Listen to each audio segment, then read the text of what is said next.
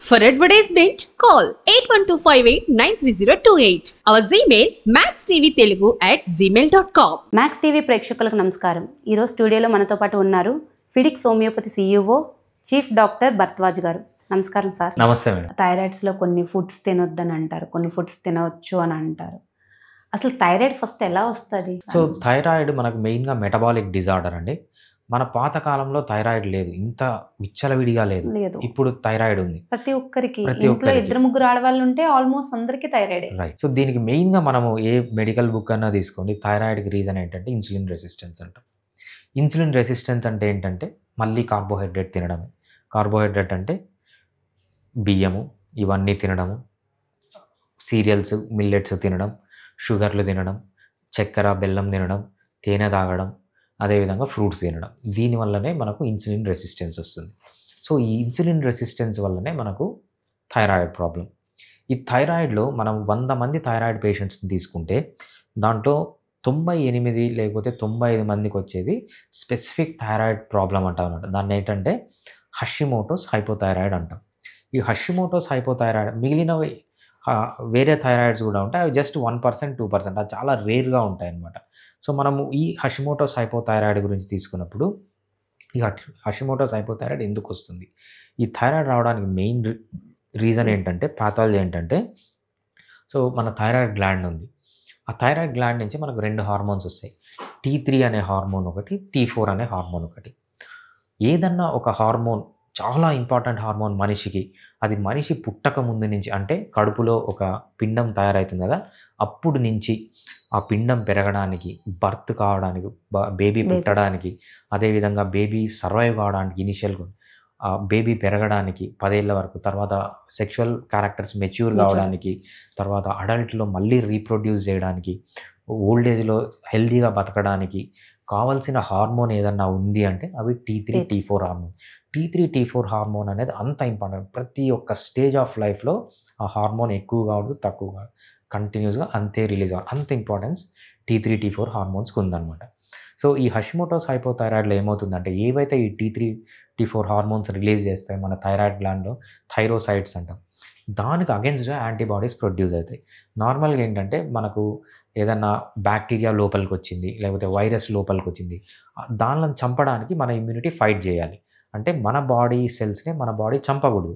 ఈ కండిషన్లో ఏమవుతుందంటే మన బాడీ సెల్స్ అగెన్స్ట్గానే యాంటీబాడీస్ ప్రొడ్యూస్ అవుతారనమాట. ప్రొడ్యూస్ అయ్యి T3, T4 అనేది తగ్గిపోతుంది. దాన్నే మనము హషిమోటోస్ హైపోథైరాయిడ్ అంటాం. సో దీంట్లో ఇంకా మీరు అడిగినట్టు ట్రీట్మెంట్కి వచ్చేటప్పటికి అలోపతి ట్రీట్మెంట్ ఎలా ఉంటుంది, హోమియోపతిలో ట్రీట్మెంట్ ఎలా ఉంటుంది. అలోపతి ట్రీట్మెంట్ ఏం చేస్తారంటే, ఫర్ ఎగ్జాంపుల్ హైపోథెటికల్గా మీకు థైరాయిడ్ ఉందనుకోండి, 50% గ్లాండ్ చనిపోయింది, మీకు 50% హెల్తీగా ఉంది.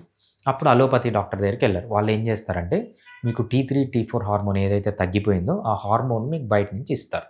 అప్పుడు ఏం చేస్తుంది బాడీ, అరే 50% బతుకుంది కదా, నాకు ఎట్లా బయట నుంచి ఇస్తున్నారు కదా హార్మోన్స్, నేను 50% ఇంకెందుకు బతుకుండడం, అన్నీ బయట నుంచి వస్తున్నాయని స్లోగా అది 40% బతుకుంటుంది, 30% ఉంటుంది, 20%, 10%. Over a period of time maximum 5 to 6 ఇయర్స్లో ఏమవుతుందంటే మొత్తం థైరాయిడ్ గ్లాండ్ అనేది చనిపోతుంది. చనిపోయి మీరు కంపల్సరీ బయట ఉన్న థైరాయిడ్ T3, T4 హార్మోన్స్ తీసుకుంటే జీవితాంతం బతకాలి. ఇది అలోపతిక్ ట్రీట్మెంట్. హోమియోపతి ట్రీట్మెంట్ ఎలా ఉంటుందంటే, ఏదైతే 50% చనిపోయిందో మేము బయట నుంచి మీకు హార్మోన్స్ ఇయ్యము, ఆ థైరాయిడ్ని మళ్ళీ స్టిమ్యులేట్ చేస్తామన్నమాట. స్టిమ్యులేట్ చేసినప్పుడు 50%, 60% బతుకుతుంది, 60 నుంచి 70కి వస్తుంది. Over a period of time 2 to 3 ఇయర్స్లో, అంటే మ్యాక్సిమం కొంతమందిలో ఏంటంటే 6 months to 1 yearలో కూడా కంప్లీట్ నార్మల్ అయిపోతుంది. కొంత మ్యాక్సిమం తీసుకున్నప్పుడు మనము 2 to 3 ఇయర్స్లో కంప్లీట్గా థైరాయిడ్ రికవర్ అయ్యి నార్మల్గా తయారవుతారు. చాలామందికి ఒక అపోహ ఉంటుంది, హోమియోపతి లేట్ అని. ఎక్కడ లేట్ అండి, మీరు జీవితాంతం అలోపతి మెడిసిన్స్ తీసుకుంటారా, 3 years హోమియోపతి మెడిసిన్ వాడతారు. దాంట్లో ఎప్పుడైతే మీరు ఈ ఆర్టిఫిషియల్ హార్మోన్స్ తీసుకుంటారో దానివల్ల చాలా సైడ్ ఎఫెక్ట్స్ ఉంటాయి. మీకు ఆల్రెడీ హార్మోనల్ ఇంబ్యాలెన్స్ ఉంది, బయట నుంచి తీసుకుంటే ఇంకా. సో అన్ని క్వశ్చన్స్కి ఏంటంటే homeopathy is the best treatment for thyroid. మీకు బయట T3, T4 హార్మోన్ ఏదైతే మీ థైరాయిడ్ గ్లాండ్ చనిపోయిందో దాన్ని స్లోగా స్టిమ్యులేట్ చేసి మళ్ళీ నార్మల్గా చేయడమే హోమియోపతి. నార్మల్ పీపుల్ కన్నా వీళ్ళు కొంచెము డైట్లో కొంచెం ఇదిగా ఉండాలి, అంటే కొన్ని ఫుడ్స్ తినకూడదని అంటారు కదా, మరి ఎలాంటి ఫుడ్స్ తీసుకోకూడదు థైరాయిడ్ ఉన్న? చాలా మందికి అపోహ ఉంటుందండి, థైరాయిడ్లో చాలామంది చెప్పేది ఏంటంటే క్రూసిఫరేసి వెజిటబుల్స్ తీసుకోకూడదు అంటారు. క్యాబేజ్ ఏంటిది ఇలాంటివి. క్యాబేజు లేకపోతే కాలీఫ్లవరు ఇట్లాంటివి తీసుకోకూడదు అంటారు. అవి శుద్ధ అబద్ధం అండి. ఎందుకంటే దాంట్లో సైంటిఫిక్ ప్రూఫ్ ఎటువంటి సైంటిఫిక్ ప్రూఫ్ లేదు. సో మీరు క్యాబేజీ తీసుకుంటే ఏంటంటే మీరు ఎంత తింటారు? చాలా తక్కువ తింటారు, రైట్? సో మీరు టన్నులు కేజీలు సో ఎవరన్నా కేజీలు పొద్దున్నుంచి రాత్రి వరకు క్యాబేజీ తినేవాళ్ళు ఉంటే అటువంటి వాళ్ళకి ప్రాబ్లమ్ వస్తుంది తప్పితే నార్మల్‌గా మీరు టమాటో తినొచ్చు, క్యాబేజీ తినొచ్చు, అన్నీ తినొచ్చు. ఎటువంటి ప్రాబ్లమ్ ఉండదు. జస్ట్ అది ఒక అపోహనే.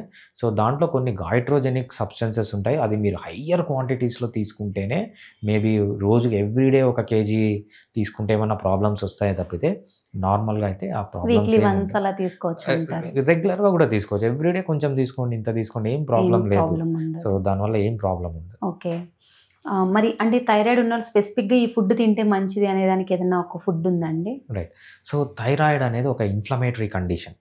సో ఫస్ట్ మనం ఒబేసిటీ కంట్రోల్ చేయాలి. ఒబేసిటీకి కంట్రోల్ చేయాలంటే లో కార్బోహైడ్రేట్ ఫుడ్ తీసుకోవాలి, మంచిగా నిద్రపోవాలి.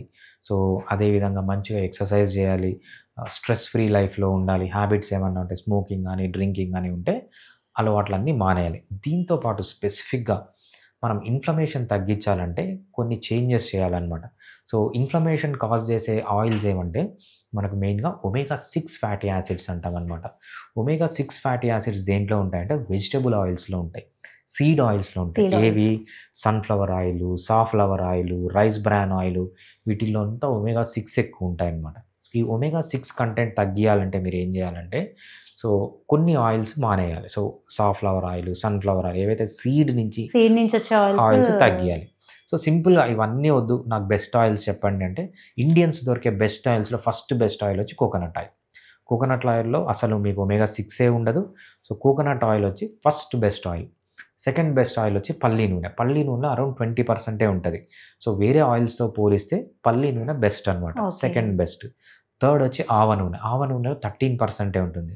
సో ఆవ నూనె అంటారు కదా, ఆవ నూనె. ఈ 3 ఆయిల్స్ బెస్ట్. నువ్వుల నూనె కూడా మంచిదంటారు కదా? నువ్వుల నూనె highly omega 6, omega 6. Around 60% omega 6 ఉంటుంది. ఓకే. Highly unhealthy. నువ్వుల నూనె అసలు ఎవ్వరు ముట్టకూడదు.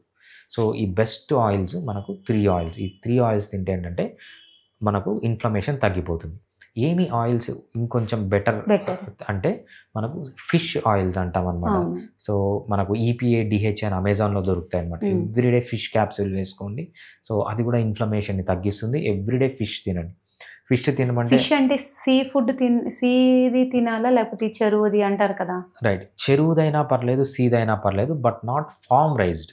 So okay. మీకు చేపల మనం చెరువుల్లో మీకు సోయా ఏసి లేకపోతే కార్న్ ఏసి పెంచుతారు చూసినా, ఆర్టిఫిషియల్‌గా పెంచుతారు చూసినారా, దాంట్లో మళ్ళీ ఒమేగా 6 ఉంటది.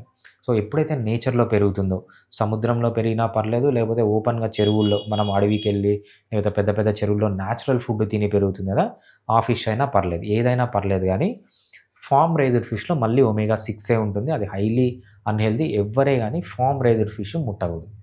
సో మనం ఏదైతే వ కోడి చూస్తాం కదా, మనం బ్రాయిలర్ అంటాము. దానికి అన్‌న్యాచురల్ ఫీడ్ ఏసి పెంచుతారు. అన్‌న్యాచురల్ ఫీడ్ ఏసిన ఏ జంతువుని తినకపోవడం చాలా మంచిది. మంచిది. థ్యాంక్ యూ అండి. చాలా చక్కగా వివరించారు. Thank you madam.